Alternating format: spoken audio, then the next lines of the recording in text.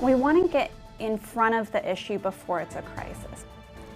Thousands of Iowans say the state is already too late. For many families, an autism diagnosis is a test of patience. There's the wait to see a specialist to get that diagnosis, and then perhaps most excruciating, the wait for treatment. It is heartbreaking for patients to know that help for their child is available, but inaccessible, and more Iowans are waiting than ever before. Got so many paths to home. When we first met the Brune family, Colin was in kindergarten. Yay! His mom, Kelly, was frustrated by the shortage of special education resources. What a day! That frustration has only grown, extending into another area affecting kids with an autism diagnosis. With a laundry list of items to tackle. And the very first item on that list is you need to get on the state's intellectual and disability waiver list because it could take years. You heard right, years. She's talking about the Medicaid waiver, called that because it waives income requirements, so kids with significant disabilities are covered. You reached out to the Department of Human Services not too long ago about the wait list and the fact that you've been waiting for 4 years. Yes. What was the response? Yes, so I actually brought it with me because it was in the fall when I reached out, and it was sort of just a standard response that came back, but they said, you know, Colin's application date was November 28th of 2018, and the next waiver slot to be awarded has an application date of February 26, 2018. We cannot at this time estimate when this applicant will be awarded a slot because the number of applicants with emergent or urgent needs can be moved to the top of that slot. So we continue to wait. Why is the wait so long? Iowa is not alone. Most states have wait lists because... Liz Matney is Iowa's Medicaid director, and it's true, most states do have wait lists. But right now, there is no autism-specific waiver in Iowa. Families like the Brunes apply for 3 different waivers: children's mental health, health and disability, and intellectual disability. All of those waivers have wait lists that can range between 1 year and 4 years right now. It's too long. Here's what's happened with those waiver wait lists over the past 5 years. The children's mental health waitlist has decreased from just over 1,000 in 2019 to just under 800 this year. Both the health and disability and the intellectual disability waivers have steadily increased. The HD waitlist has grown to more than 7,000, the ID waitlist to more than 6,000. Medicaid will be the backbone because that's where we really go to when we think about people who have specialized needs. As the State Director of Mental Health and Disability Services, Marissa Ianson knows going from waitlist to waiver can be life-changing. Like if I get a call from someone at DHS telling me, good news, you're not on the wait list anymore, what does that mean for my son, for my family? Sure, so I can talk about that just a little bit.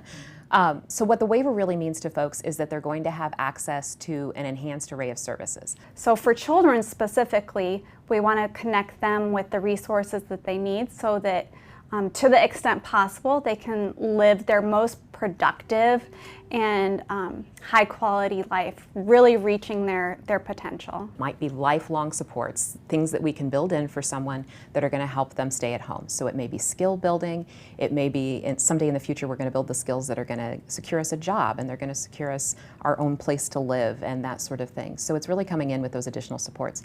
Sometimes it's going to be additional medical support. It could be nursing, for instance, nursing that's happening at home. But oftentimes it's things like what we call supported community living or supported employment services.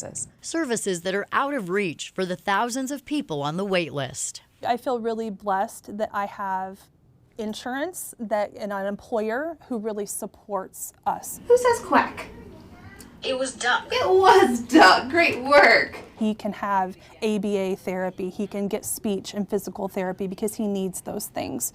But what about the students who don't have access to those things? IWANT. Things like this. So Colin has his talker. It is with him 24/7. It goes to school. It goes to ABA. It goes on the playground with him. Everywhere he goes, that is his voice. I want a big chip. Yeah, you can have a big chip. Families without resources who aren't on the waiver aren't so lucky.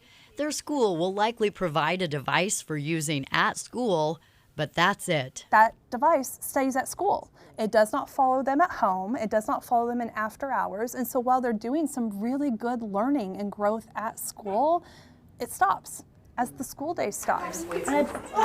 A big chip?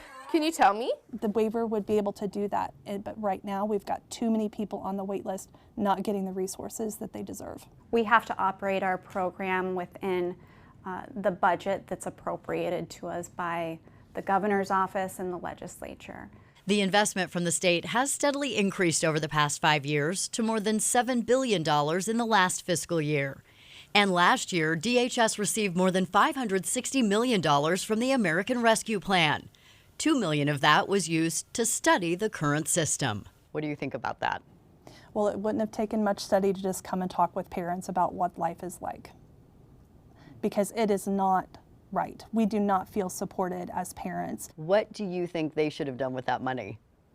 Well, isn't this the challenge of every organization, you know? But I just have to believe that putting more of those dollars toward the students who need that funding would have been a better use of funds. The result of that study is a report that recommends streamlining the waiver process, including developing a single waiting list. But when it comes to implementing changes, there's another wait list.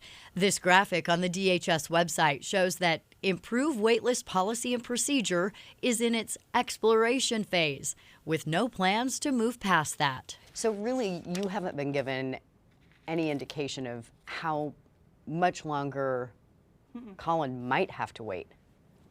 Oh no, we could be waiting many more months, another year, 2 years. What are you doing? You find it? We're just trying to navigate this world on our own, and it's like a completely different universe. And if we cannot look at our most vulnerable in our community and think we need to do all we can to support them, then who are we? What are we doing? We have an obligation as leaders to serve these community members and help them become all that they can be, and our community will be better for it.